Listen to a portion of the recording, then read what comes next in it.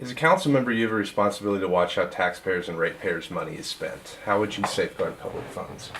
Safeguarding public funds is not sole responsibility of the council member. I think it would be the sole responsibility of if it were a corporation, the CEO, who would be taking care and managing the day-to-day business of the corporation. For this city, that would be the city manager.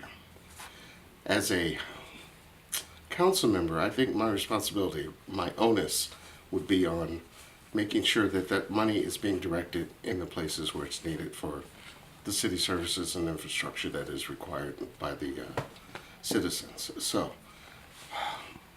budgeting process, management and control,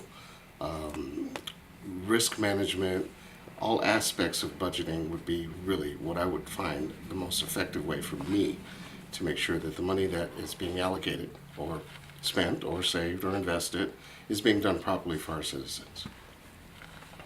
What experience do you have in financial management, and how will you use that experience on the council? Early in my adult life, I worked several accounting clerk jobs. I was a accounts payable clerk, accounts receivable clerk. Through experience and growth, some education, I've actually managed my way up to a full-charge bookkeeping job at YMCA in Oakland, California.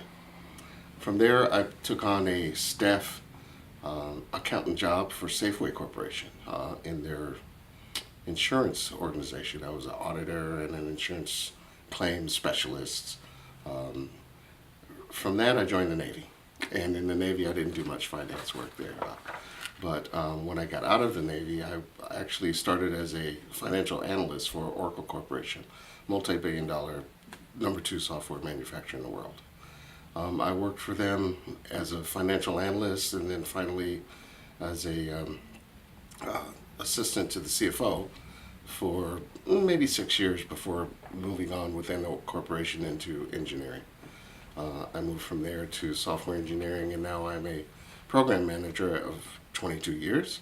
I manage a team of highly skilled, highly paid engineers across the world, and I think that my experience in those areas, along with being on the board of directors for two corporations, small 501c3 corporations, being the chairman of the Clean Arts Commission, being the chairman of the Clean Community Development Advisory Board. I have relevance in the city, relevance with financing and understanding how money comes through, how it flows, budgeting process, forecasting, all of that good stuff. So I think the experience I have is vast. It's enough for me to have an intelligent conversation with the city manager. And I intend to have those conversations regularly if I'm selected for this office. And in those conversations, we'll talk about not only budgeting and forecasting, but actually what kind of controls are being placed for project management. How are we actually going about doing the vetting of those vendors that we use? How are we actually doing our contracts? How are we actually sending out bid requests? When do we do that? What are the risk management plans that we have? How do we have contingency funds? How do we know when something's going to be an overrun or an underrun, and then you come later and say, oh, well, we have to adjust the budget? We need to look at all of those things way early in the process. And if we get that done early enough, and we have that plan, a focus of what the city really wants to be in 10 years, 15 years, I think that will help make decisions a lot easier for council members. Assuming you and the city have no additional money to spend, what is your plan to attack Killeen's violent crime concerns? I think that question makes an assumption that I'm not real happy about. The city is a nonprofit organization. So the city has whatever money the city has. And it gets its money through tax revenue and other ratepayers type of revenue. I appreciate, I'm a citizen of Killeen, and I understand. And I appreciate the hard work that people put into their money that they give to the city for different things. Having additional money means that, I've got a glass of water and I've got some extra water somewhere that I can pour in there, and that ain't going to happen. What we need to do is, as I mentioned before, starting with the very basic budgeting process, make sure we have a contingency plan for, I don't want to say baking in, but to actually factor in the growth potential of the city. When the city grows, what are the good and bad factors that come with that? Crime is one of them. Obviously, you're going to see an increase in crime with increase of population. There's statistics that say, depending on the weather, crime is going to be a certain way. We need to make sure that we have the contingency, that the money is available to support whatever programs that we want to do. So now let's talk about those programs.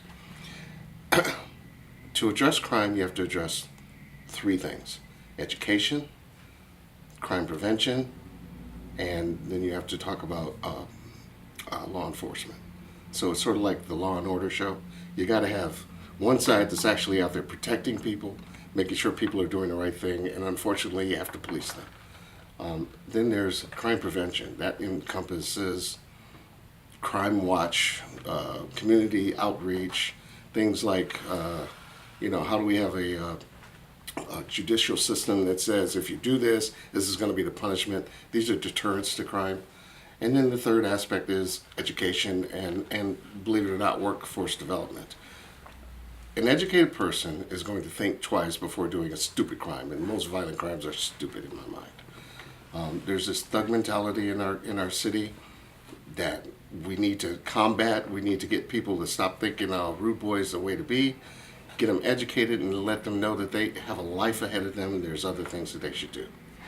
A person robbing your house, if they were at work, would not be robbing your house. They would be at work. And then they'd be getting money, and then they wouldn't need to rob your house. So workforce development is really another point that we need to work on for making sure that we solve crime problems. There's going to be crime. You put someone in jail, someone else is going to take his place. It's always going to happen. But if we work together with the community, work ahead of the game on having enough resources for our local heroes, that's our firemen, our emergency technicians, first responders, police. If we have quality policemen, quality police women, people who are trained well, adequately, paid according to the national standard and as well as the regional average, and are actually communicating with the citizens on some type of outreach, I think we will have a good symbiotic relationship that will help us deter, if not else, eliminate a lot of crime that we have. What are your top three priorities and how will you accomplish them on the council? Top three. I don't want to prioritize them in these three, but I'm thinking economic development is certainly something that we need to talk about. But with that is workforce development and jobs, obviously. Financial responsibility, fiscal responsibility, sensible legislation that gets us to a fiscally sound place.